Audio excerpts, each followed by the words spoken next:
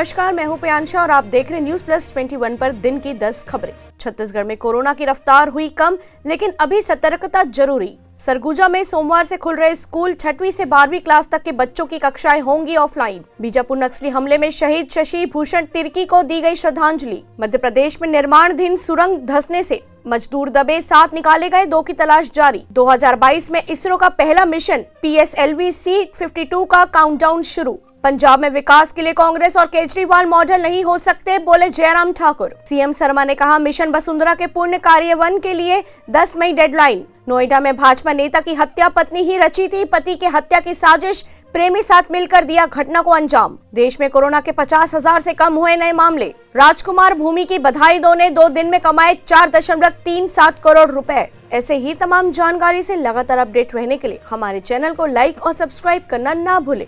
Notification के लिए bell icon जरूर दबाएं। देखते रहिए न्यूज प्लस 21, आपके हक की बात।